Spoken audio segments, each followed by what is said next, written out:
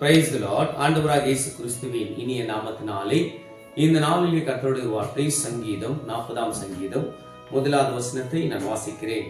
கர்த்தருக்காக பொறுமையுடன் காத்திருந்தேன், அவர் என்னிடமாய் சாய்ந்து என் கூப்பிடுதலை கேட்டார். தெய்வ பிள்ளையே, பக்தன் தாவீது சொல்கிறார், கர்த்தருக்காக நான் பொறுமையுடன் காத்திருந்தேன், அவர் என் பக்கமா சாய்ந்து என்னுடைய கூப்பிடுதலை அவர் கேட்டார். தெய்வ பிள்ளையே, இந்த நாட்களிலே காத்திருக்கிறோம்.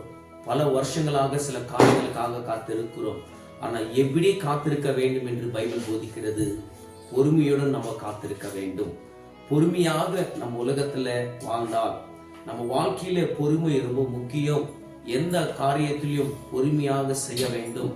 சில காரியங்களுக்காக நீங்கள் ஜெபித்திருக்கலாம், அந்த காரியத்துக்கு பதில் வராம, அந்த ஜெபத்துக்கு பதில் வராம சிலர் வந்து விசுவாசத்தை தள்ளாடி கொண்டிருக்கிறாங்க, விசுவாசத்துல விழுந்து கொண்டிருக்கிறாங்க. தெய்வ பிள்ளையே, அந்த மாதிரி உங்க வாழ்க்கையில இன்னைக்கு இருந்தா நீங்க தேவன் பக்கம் திரும்ப வேண்டும் என்று தேவ வார்த்தை இந்த நாளிலே, இந்த வார்த்தை மூலியமா ஆவியானவர் உங்களோடு பேசிக் கொண்டிருக்கிறார். தெய்வ பிள்ளையே, இந்த நாட்களிலே நம்மளோட வாழ்க்கையிலே பொறுமை ரொம்ப முக்கியம்.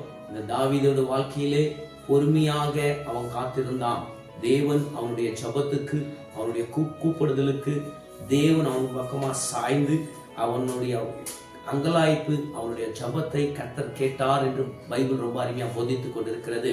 கண்டிப்பாக தேவன் நம்மளுடைய வாழ்க்கையிலே ஒரு வார்த்தை கொடுத்துட்டார் என்றால் அவர் திரும்பி வாங்கி கொள்ள மாட்டார். கண்டிப்பாக கர்த்தர் அந்த வார்த்தை மூலியமா நம்மளை பிளஸ் பண்ணுவார். தேவ பிள்ளையே, தேவ வார்த்தையை ஒரு நாளும் நம்ம அசட்டை பண்ணக்கூடாது. தேவ வார்த்தை ஒரு நாளும் நம்ம சந்தேகப்படக்கூடாது. வானம் பூமி ஒளிந்து போனாலும் கர்த்தருடைய வார்த்தை ஒளிந்து போகாது என்றுதான் பைபிள் சொல்லி கொண்டிருக்கிறது. இன்னைக்கு காத்திருங்க, கண்டிப்பாக உங்க வாழ்க்கையில் நீங்கள் ஜெயத்தை பார்க்க முடியும்.